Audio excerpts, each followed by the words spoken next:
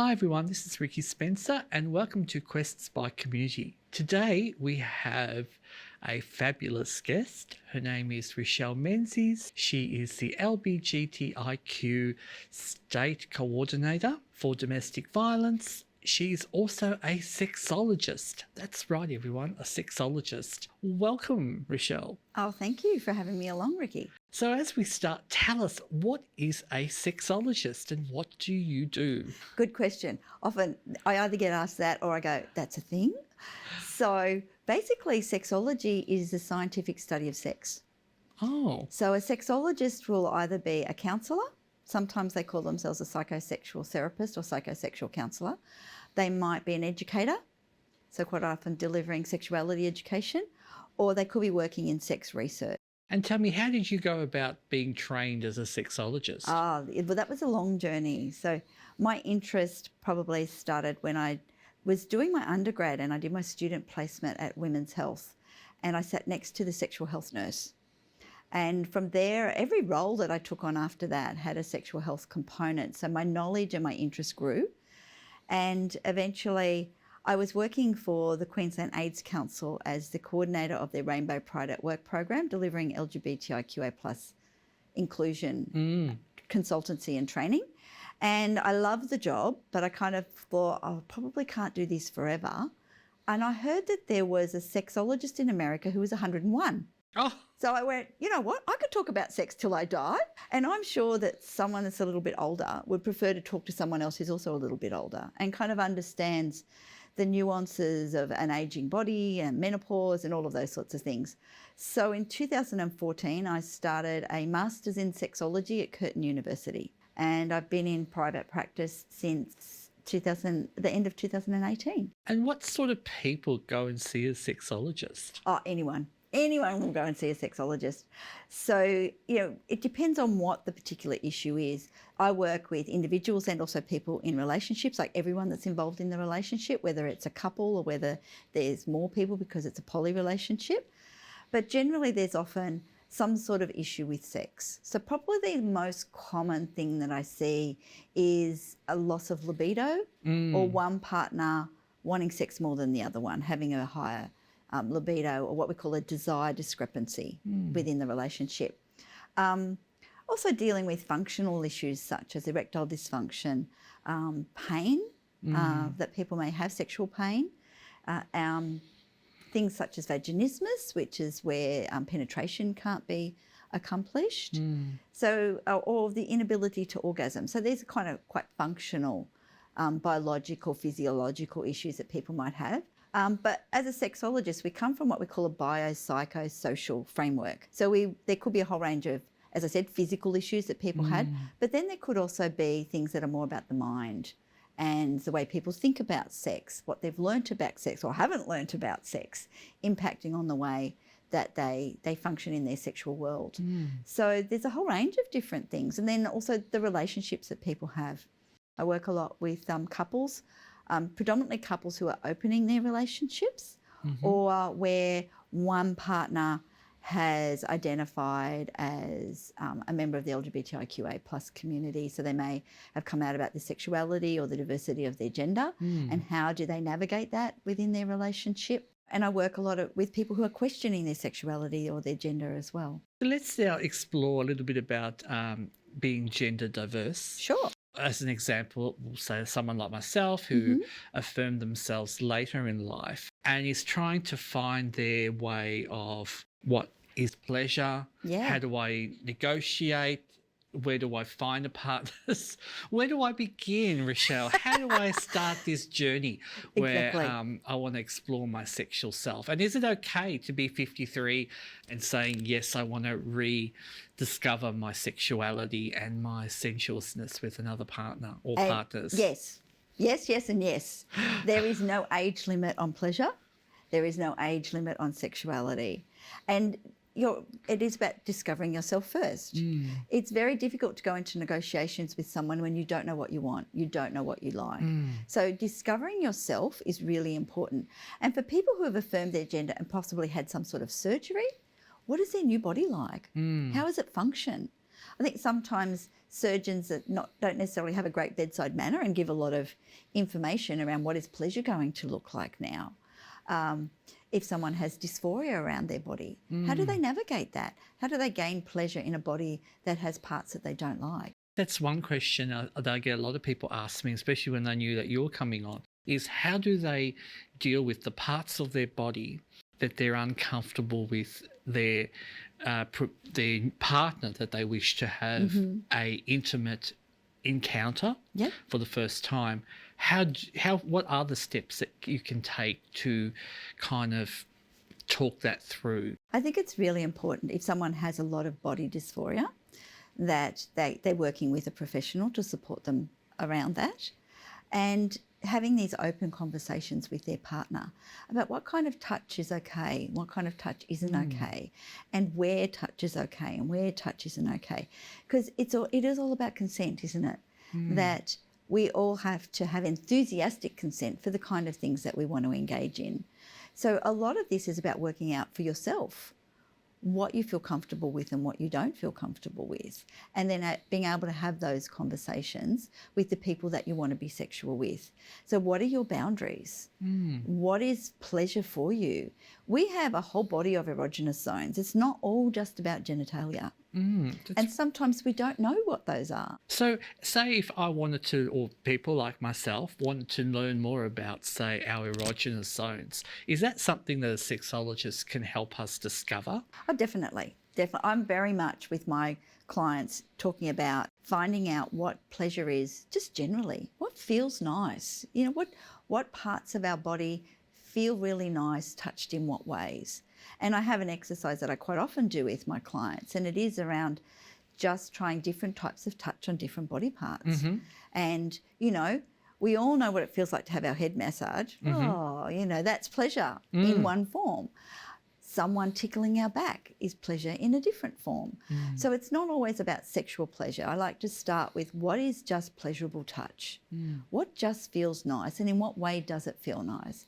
And sometimes there will be touch that will cause hairs on our arms to raise and go, ooh, tingles start happening. And sometimes it's quite a sexual pleasure.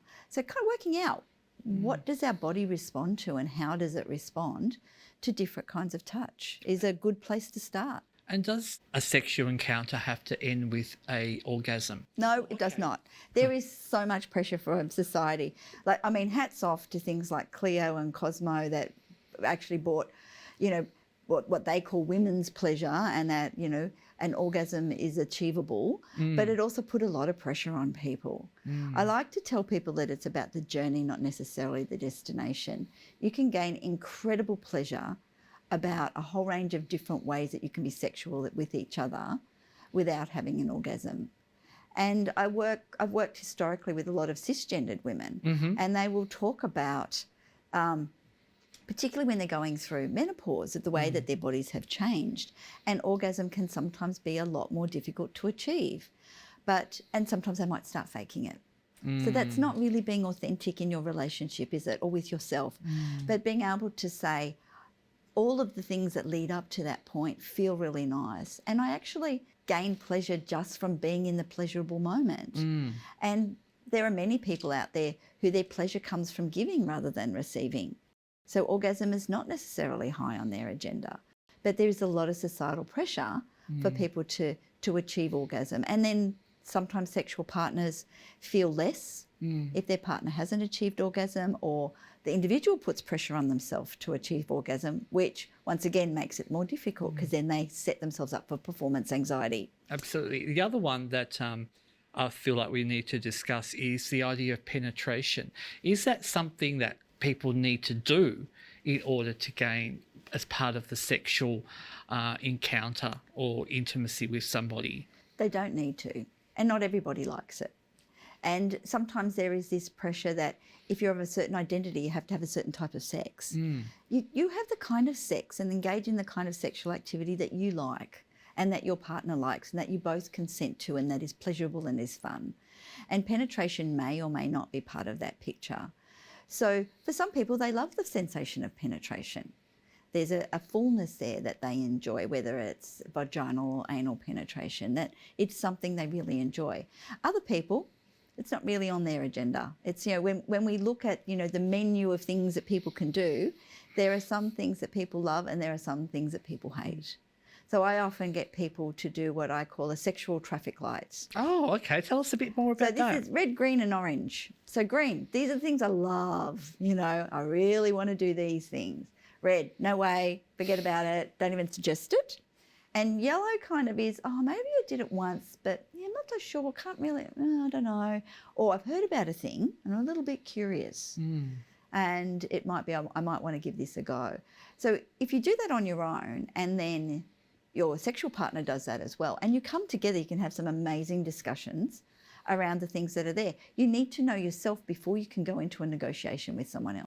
And going on that about negotiation, what can we do? Like if you're in a, say, during the act, or, maybe that's not even the right word to use, during the intimate encounter you have with the person or people, and all of a sudden you feel what the person's doing or you're not feeling good about it. Is it okay to say, I want to stop? Definitely, definitely. Consent should be enthusiastic.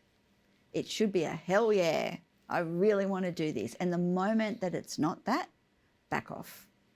And this is something you negotiate at the beginning. So a lot in the BDSM and kink world, they also use traffic lights. Oh, okay. Green is go. Green is, yep, that's green, I like that. Red is stop right now. And yellow can often be, or orange can often be, might call red in a minute. I'm not sure. I'm feeling a bit unsure about this. Or it might also be, keep going at that. Don't go harder or longer or, you know, whatever. Just, you know, maintain where you're at. But that's something you discuss so that you check in with each other. You know, is that a green? Oh, yeah, that's a green. Or, oh, that's a yellow. Okay. Do you want me to keep going just at this level? Or are you feeling that you want to stop? And it is always, always okay to say that you've had enough and you want to stop. Consent can be withdrawn at any point. And going on consent, one of the things that I know, like people like myself coming new to affirming ourselves and opening up the possibility of relationships, how does somebody go about, say that they're a bit older, they want to perhaps explore a relationship or open to the suggestion? How do we do that in the modern world? Oh, look, it's not easy. What can I say? Particularly since COVID. In the past, people probably met at pubs and, you know, events and different things like that. There's a lot of people are meeting online now. There's a lot of apps out there. But you also have to be digitally safe. Can you tell us a bit about that, especially for trans women who are new, who perhaps maybe they lived their lives previously as gay men or straight, dare I say that, cisgendered embodiment? What sort of things do we need to be aware of if you are trans or gender diverse? I think it's really important to be aware that you're probably more vulnerable. And unfortunately, there are predators out there. There are people who will be looking for people who may be a bit more vulnerable but might not necessarily, you know, be aware of how to keep themselves safe. Unfortunately, there are people out there like that. So it is really important when you connect with someone digitally that you are open and upfront about what you want, what you're looking for.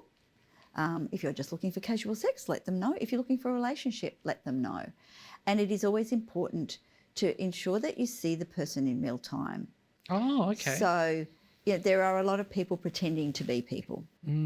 So, you know, FaceTime, you know, do a Zoom, you know, messenger chat, something like that where you can actually see the person.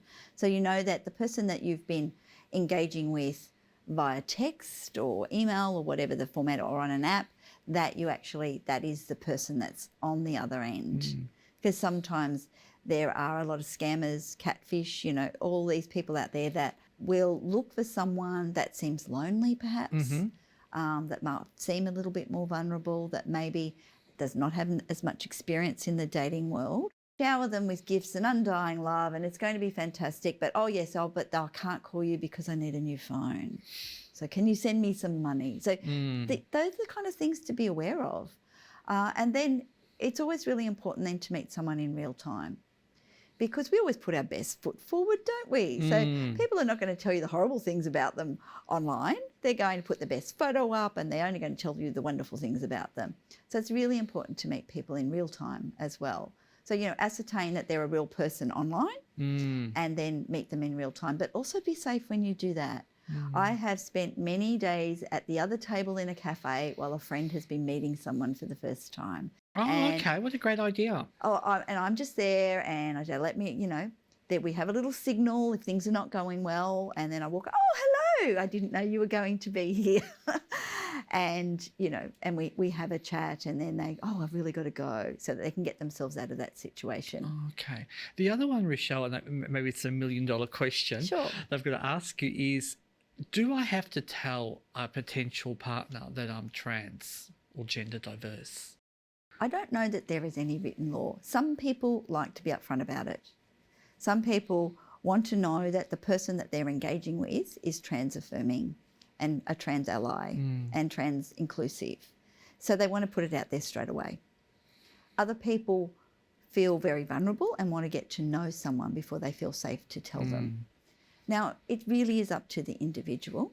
And I certainly know, I have many trans female friends that say, yes, I let people know straight away, because if they're not going to understand who I am, then they're not someone I want in my world. But you also need to be aware there are some people who can fetishize trans people. And you want to be aware of that as well. So can you tell us a bit about that? So they're really interested in someone who maybe looks a particular way, but then their body is different. So quite often pre-operative trans women.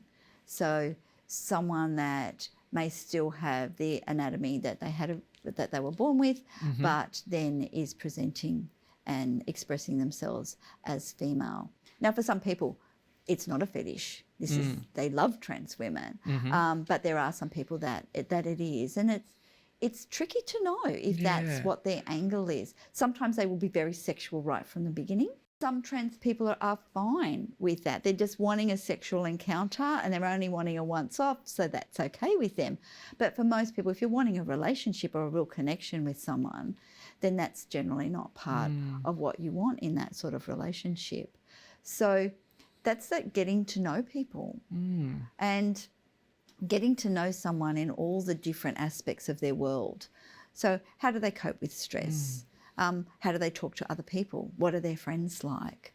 Are they going to be someone who, if they hear something transphobic, they're going to stand up and say, that's not okay? Are they really an ally? So there's a lot to be considered when you're a member of the LGBTQA plus community, and particularly for trans people and gender diverse people. And what about people who are an established couple for, say, a couple of years, and then one of the partner will take the same example that the partner says to the other partner, I think I want to affirm myself another way, or gender diverse. What would the process is if they were to see somebody like yourself? What sort of steps would you help guide that couple? It would definitely be around navigating what does this look like within their relationship.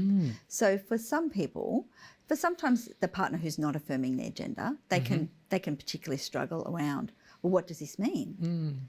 This person that I love, what is going to change? How are they going to change? So really making sure that they're informed around what the process is like.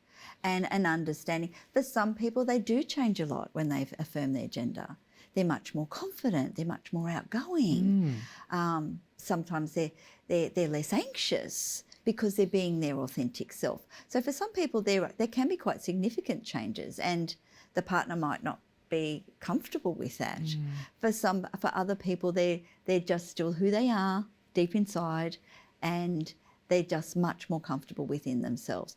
And it really depends on the dynamic in the relationship. Some partners can be extremely supportive and go, I love this person and I want them to be their true self, and I want them to be authentic and affirm who they are, and I will continue to love them. Sometimes the dynamics of the relationship may shift because it can mean particularly if you've got someone who was, we've got a couple that to the world look as a heterosexual couple, and the husband is transitioning to female, the world is going to see this as a lesbian relationship. So for the wife, they may struggle with that. And unfortunately, sometimes relationships do end. Absolutely. Some wives go, I am your wife, I love you, I'm going to support you, and they have this beautiful, lovely relationship. Some of those relationships are still sexual, some are not. It's really what is negotiated between those people. And what about the journey if one of the couple, or say both, want to bring more people into the relationship? So opening up the relationship to others. Can you tell us a little bit about that process? Oh, definitely. This is something I see a lot. I often have couples come in who are either wanting to open their relationship to be, talk about ethical non-monogamy, which can be many different things. Okay, ethical non-monogamy. Non-monogamy. Okay, I like that. So ethical non-monogamy is when people are opening their relationship to either have more relationships or sexual encounters with other people, and everyone is informed, which is what makes it ethical. So it's not cheating. It is that we all know what's going on. Even the new people coming into this dynamic know what's going on, and everyone is consenting. So sometimes it might be about opening the relationship to enable one or both people to have other sexual encounters. I particularly see this in what we call mixed orientation marriages or relationships, where one person has come out as gay or lesbian or bisexual. So that enables them to have a sexual relationship with someone of their own gender. I sometimes see this when someone affirms their gender, and sometimes when someone affirms their gender, their attraction can change. And so this might be that opportunity. They love their partner very much, but that's that opportunity to explore sexually what else they might be interested in. I sometimes also see it if one person is really into something and the other person isn't. So someone might be really into a particular activity or a kink, and they open their relationship to let that person explore that. When we're looking at polyamory, it's more than just a sexual encounter. It's an actual relationship with someone else. So it involves romance, it involves emotions, it involves affection. And that's around negotiating that. And it comes back to, once again, when you negotiate, you need to know what you want. What do you want? What do you need? And what are your not negotiables? So you have to do that self-exploration first. And then I talk about bringing things to the table. So we bring that all to the table, we lay it all out there, it's all open for discussion. And through that, people can negotiate. I love that idea. Bring it to the table. I always say bring it to the bed, but hey, bring it to the table. Bring it to the table. My other kind of, I guess, idea that's coming from that is what about older? So like people in their 70s, 80s, 90s, can one have, say, more than one person and start having a relationship with two or three people, bringing into that dynamic? Most definitely. There is no age limit on sex. People are sexual beings from birth till death. What they do with that is very individual. Sometimes health and things like that may get in the way. But yeah, definitely people negotiate at lots of different ages. Someone may have, their partner may have a particular health issue that means they can no longer be sexual. So that might be where they start to open up that relationship. There are some people that have, much higher sex drive than their partner. Menopause can have a terrible effect on some people. And then there can be discussions around sexual needs being met outside of the relationship.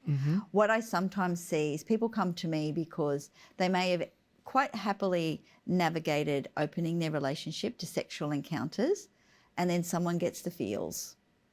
And emotional interactions were not part of the original deal.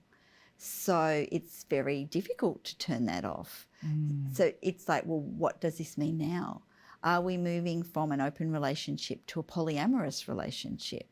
So quite often there's a lot of more negotiation that needs to come into play there. And one person who's monogamous might be quite happy with their partner having sex outside the relationship because perhaps that's something that they can't give their partner, but they're not okay with their partner having romantic and affectionate relationships apart from the one that they have with them. So it's like as though the person feels they're missing out on something. Definitely. I like to talk about love is infinite. Mm-hmm. We don't have this pie that we chop up for the amount of people that we love. And I think, we think about how many friends do we have. We might have 5 very close friends that we love dearly. They don't all get 20% of our love. They each are loved 100% for the individual that they are. When people have children, each child is loved 100% for the individual that they are. Society has this understanding that family and friends, we can love as many people as we love. But when it comes to romantic love, apparently we're only supposed to love one person. So what we do have as limited resources is time, energy and money. So it can be, when someone is fearful, it might be about, are they going to love me less? And quite often we can have that conversation and allow that fear that no, they're not going to love you less. They have this capacity to romantically and affectionately love more than one person. And it doesn't mean you get less love, but what you need to negotiate is your time and your energy and sometimes money. They're going to fly away to see someone or travel and, so there might be some financial changes as well. So they're the things that need to be negotiated. And one of the other issues that comes up with people who decide to either bring other people into the equation or that their partner is affirming themselves when they have children. Is there a right and wrong way to go about it when you have children, to tell your children that you're affirming yourself, or that you are changing the relationship dynamics and bringing another person into that dynamic? I don't know that there's necessarily a right or a wrong way, but it's certainly age-appropriate information that children will only take on what they understand. And sometimes as adults we can over-explain to a child, and then they kind of go, you get the, I don't, deer in the headlight eyes, I don't understand, I don't know what's going on. Children will want to know, what does that mean for them? How is this impacting me? What does that mean? What does that mean? Things are changing with mummy and daddy. And children will sometimes take responsibility for things that are nothing to do with them. So was it something I did? What's happening? There's conversations around, daddy's not going to be a man anymore. Daddy's going to be a woman. And what does that mean? And what does that look like? And they want to know, how does that impact me? And what do I call them? And I certainly had someone tell me the story of when they disclosed to their children, who were 3 and 5, that mummy was transitioning and that they had had 2 mummies till that point. And they went, so that now means that we're going to have a mummy and a daddy. Okay, cool. What's for dinner? So, every child will process it differently. When it comes to opening a relationship, how much do our children need to know about our sex life? It's very, very different if you're bringing someone else into the relationship. In a polyamorous situation, it will be, what will be their involvement with the children? What's that going to look like?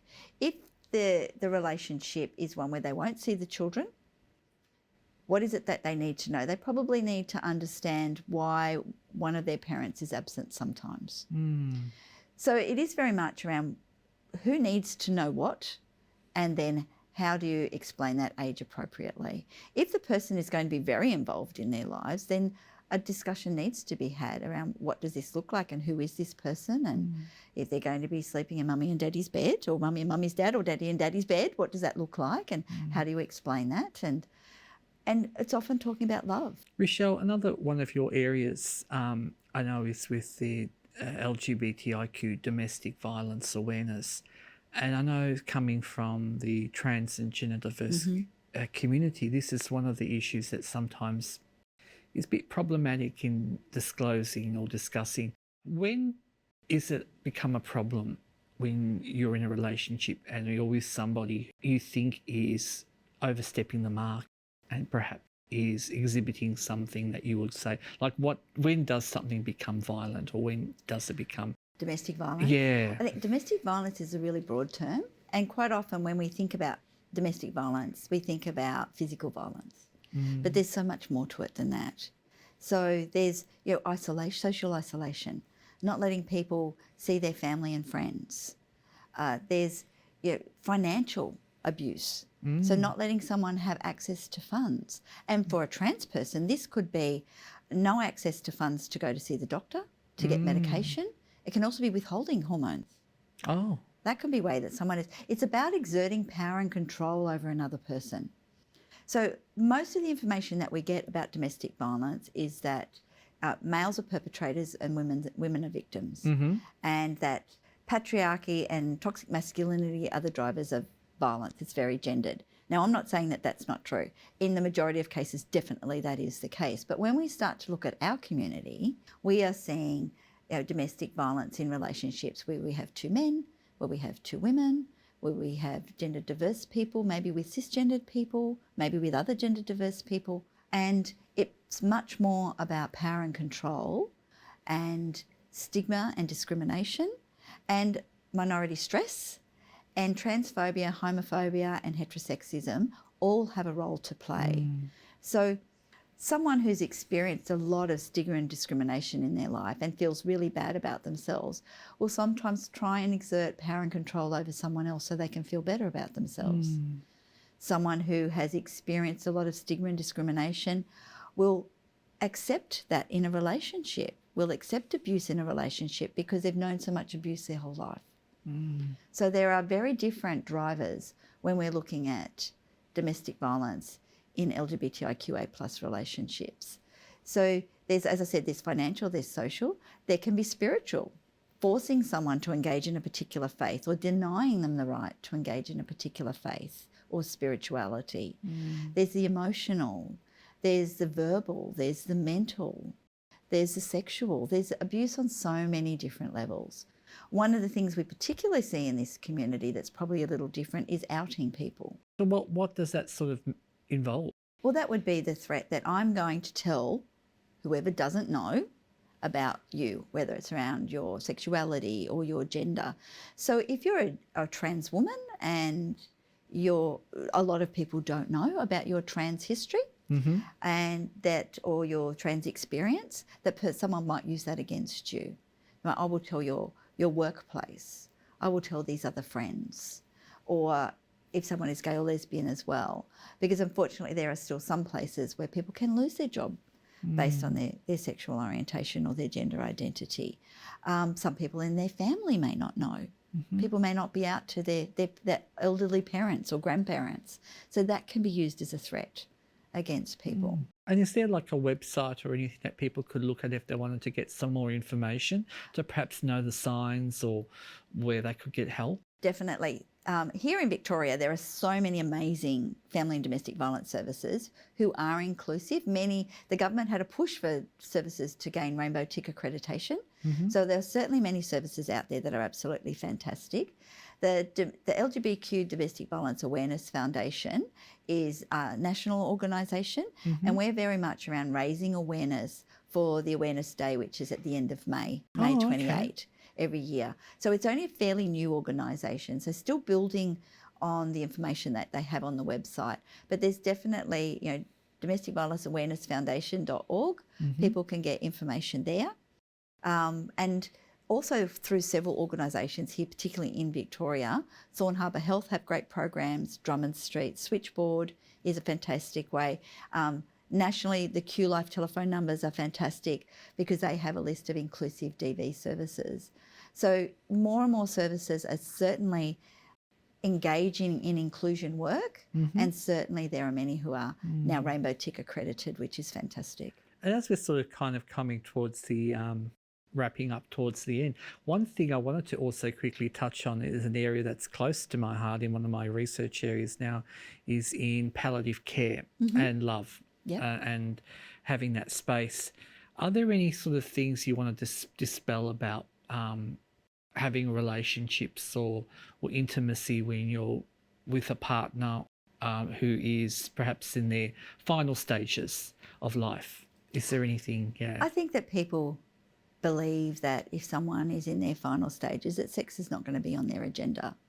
But we have sex for a whole range of reasons that are not just about having an orgasm or a physical release of some kind. If you ask people why they have sex, probably the most common thing I hear is connection, love, and someone who's in the final moments of their life They want to feel connected to those that they love. So it is very much, if this is what they want, then there's nothing wrong with that. It might be that last moment for them where they feel that validation as a sexual being, even though they have a particular illness, that they're feeling loved and connected to that person that's special to them. So it really is more about physically, do they have capacity? Cognitively, do they have capacity? Do they have capacity to consent? And if that's all okay, then it's a beautiful, beautiful thing for that person. Would that be something that the person or the couple could approach if they're in a nursing home or in a medical facility or palliative care setting, that would the staff be comfortable with to accommodate that? I would hope so. I think there's still a lot of work to be done in palliative care settings. There's been a lot of work done in aged care settings since the LGBTI Ageing and Aged Care Strategy came out in 2012. And the Silver Rainbow training was rolled out across the country starting in 2014. There's a lot of work has been done in that aged care space. Probably still more work to be done in the palliative care space. But it's happening, which is fantastic. And tell us now a bit about yourself, Richelle. What does the future have for you for the next 3 or 4 months? For the next 3 or 4 months, right. At the moment, I'm supporting No to Violence with their Rainbow Tick accreditation. Oh, okay. So I'm doing that a couple of days a week. I'm also in practice, I subcontract to a couple of sex therapy clinics, and I also have my own clients that I see at my business, Sensual Potential. So just growing my business. I'm fairly new to Victoria, so it is very much around networking, connecting with people, particularly in the new role with the DV Foundation, building those networks so that next year we can have a wonderful event to raise awareness about family and domestic violence in LGBTIQA+ communities, building my networks to connect with other people, to increase the information about sexology and increase my practice, and then moving on to more LGBTI inclusion work and Rainbow Tick work in another organisation. Well, the future looks bright for you, Richelle. Thank you. Richelle Menzies, it's been an absolute pleasure having you on Quest by Community. We hope to see you again, because everything that you have touched on today has been so affirming in so many ways. This is Ricki Spencer.